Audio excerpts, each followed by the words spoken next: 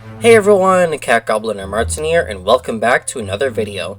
Some of the first games I reviewed on this channel are Scooby-Doo First Frights and Scooby-Doo in the Spooky Swamp. Both pretty solid kids games, and I remember playing them a lot with my younger sister back in the day. First Frights was a game that got Zellers alongside Sonic Colors and Lego Battles when I was 9. And also at the time, Zellers had the buy 2 games get the third for free, so I got Lego Battles for free, which was pretty sick. Man, I miss when stores used to do those things. And as for the Spooky Swamp game, I got that way later when I was a teenager on my family trip to Quebec. I picked it up for less than $10 at an EB Games, but besides how I got them, I'll be doing a little comparison video between the two, and seeing what's different and what is the same.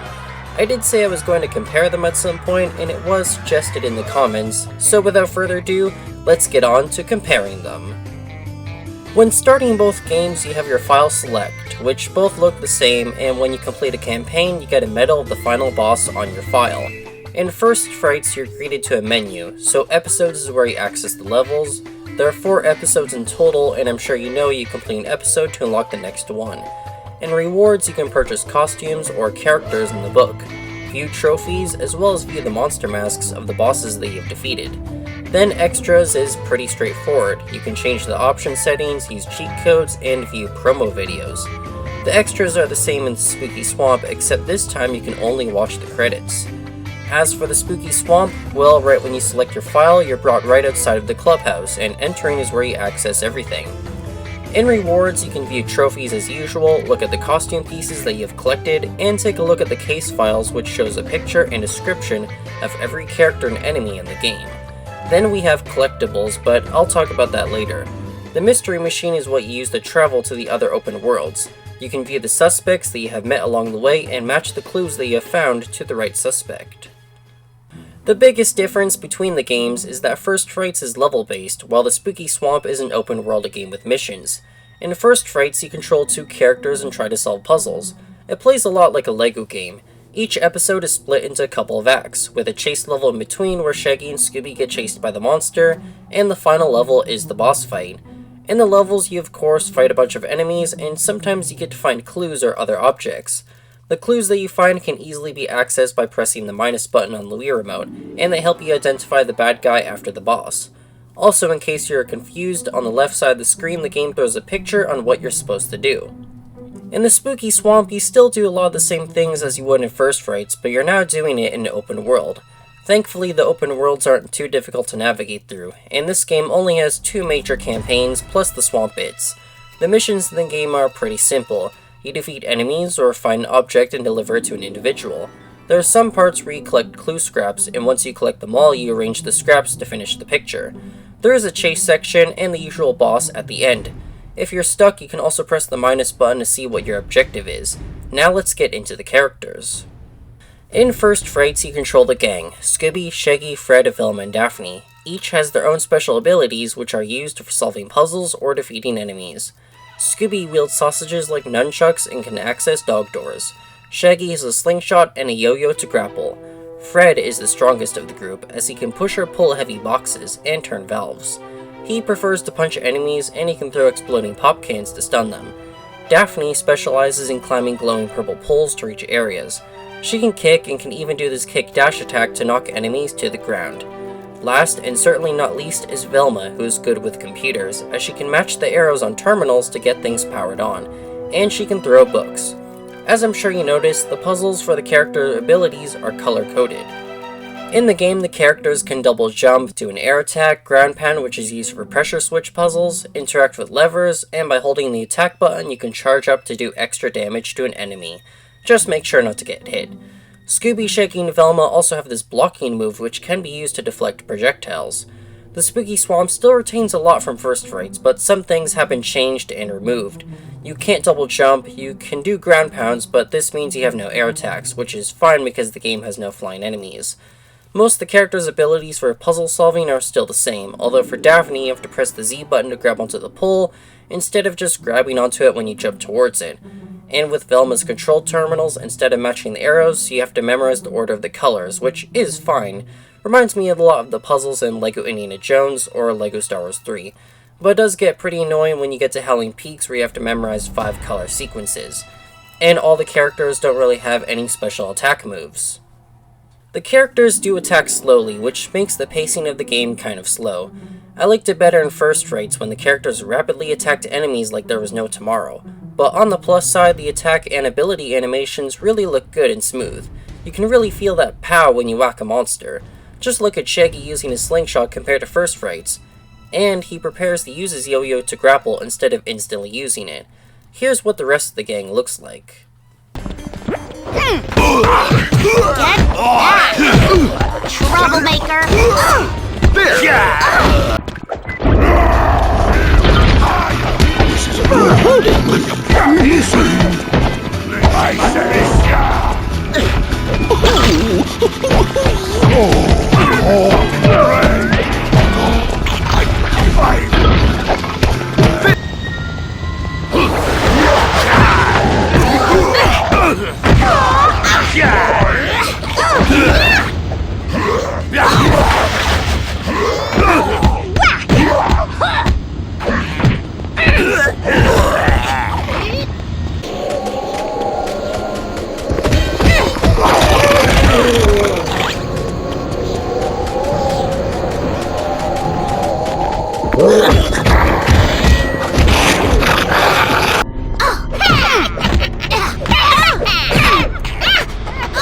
Jump!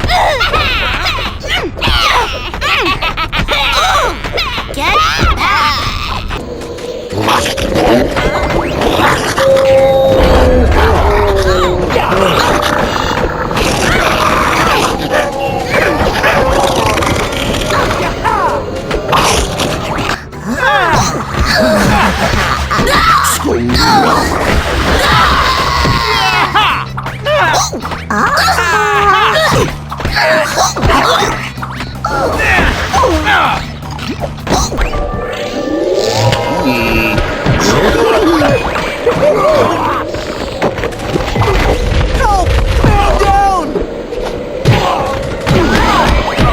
That moose got juiced!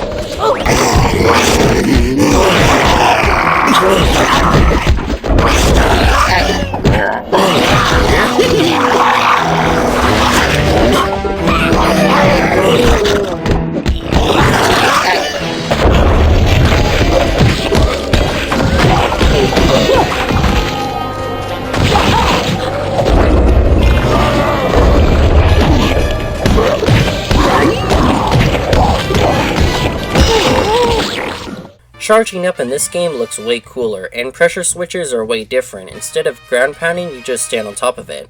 There are some instances where you can press buttons to reveal secret, but the biggest thing that the Spooky Swamp introduces is being able to pick up and throw objects.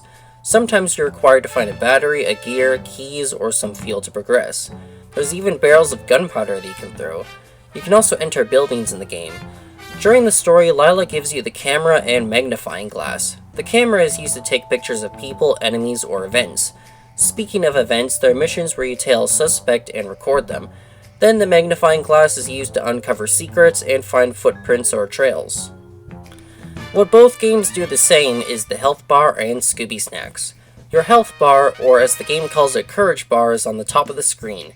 If you die, you lose some of your Scooby snacks and you slowly regenerate when your health is low. How you get hearts is different in both games. In First Frights, you usually hit a glowing vending machine or water fountain, and can sometimes find them lying around. In the Spooky Swamp, you get them from defeated enemies. Only when your health is low, though. The Scooby snack is worth 1, golden snacks are 50, and the medallions are worth 500. The snacks are used as currency, as you can use them to buy characters in First Frights and costume pieces in the Spooky Swamp. The thing I like about First Frights is that you can enter a level in Explore mode, and by holding the C button you can switch to any character and even play as the monsters you've encountered. Well, some of them. The unplayable ones are either a mini-boss or they're too slow and weak, like the dolls. Throughout the levels you play as the gang, so one level you play as Fred and Daphne, while in the next level you play as Shaggy and Scooby, which makes it as if the gang was splitting up looking for clues, just like in the TV shows. Unfortunately, you can't play as the monsters in the Spooky Swamp, although you can switch to any member of the gang on the fly, which is pretty cool. Though there are some segments where Scooby and Shaggy get separated from the other three, which means you can't play as them for a while. You can add costumes to the gang, which you unlock and buy to make them look cool, or outright ridiculous, but I personally like the costumes in First Frights as it gives the characters new special abilities. Like take Ninja Scooby for example. He can grapple, use terminals, and climb poles, on top of Scooby's regular abilities, which makes him the most powerful character in the game. Ah yes, the collectibles. In First Frights, the only collectible you really have are the medallions. Finding them isn't too hard, as they make a noise when you're near, so they're just like mini-kits in the LEGO games. The medallions are in the spooky swamp, but now you have even more things to collect. The missions are not replayable, well aside from the chase and boss fight, but you can revisit the open worlds to find all the sandwich ingredients, ghost sightings with your camera, and letters that spell Scooby. All of these are required for 100%. They're not too hard to find, but the ghosts are pretty hard to spot in Howling Peaks due to the weather, and the blizzard makes it hard to hear them. Costume chests are still a thing. You just open them rather than match the arrows in First Frights to unlock it. But in First Frights, the costume chests were mandatory to progress. On top of those, you can even collect monster masks from the enemies, and getting them all gets you info on the monster and a costume piece. So yeah, the spooky swamp definitely has much more to do. Plus, there are some mini-games you can play. In both games, you do have trophies which can be obtained for finding collectibles, revealing secrets, defeating enemies, beating the game, etc. Let's see, what else? When you fall into pits or water, you respawn, and in the spooky swamp you can actually take fall damage. Let's compare the enemies now. First Frights has some enemy variety, and the combat is fast-paced to balance everything out. We have enemies that are pretty standard, enemies that have special abilities such as charging or hopping backwards, tougher enemies that can take way more hits, smaller enemies that can latch onto you and they come out of crates, flying enemies which are pretty annoying, ranged enemies, and of course the mini-bosses. All the enemies are pretty unique in their own way, and sometimes you fight groups of them together which challenges you. Some enemies like this guy with the anchor walk slowly but can hit you rapidly, dealing tons of damage. In the spooky swamp we do have some enemy variety as well, especially when you enter Howling Peaks. The banditos, wendigos, and arctic wolves are definitely your standard enemies. The widows throw a bouquet of dynamite at you and have a deadly spin attack. Sly Pinata is only ranged, but then we get into the enemies where you have to stun and hit them multiple times.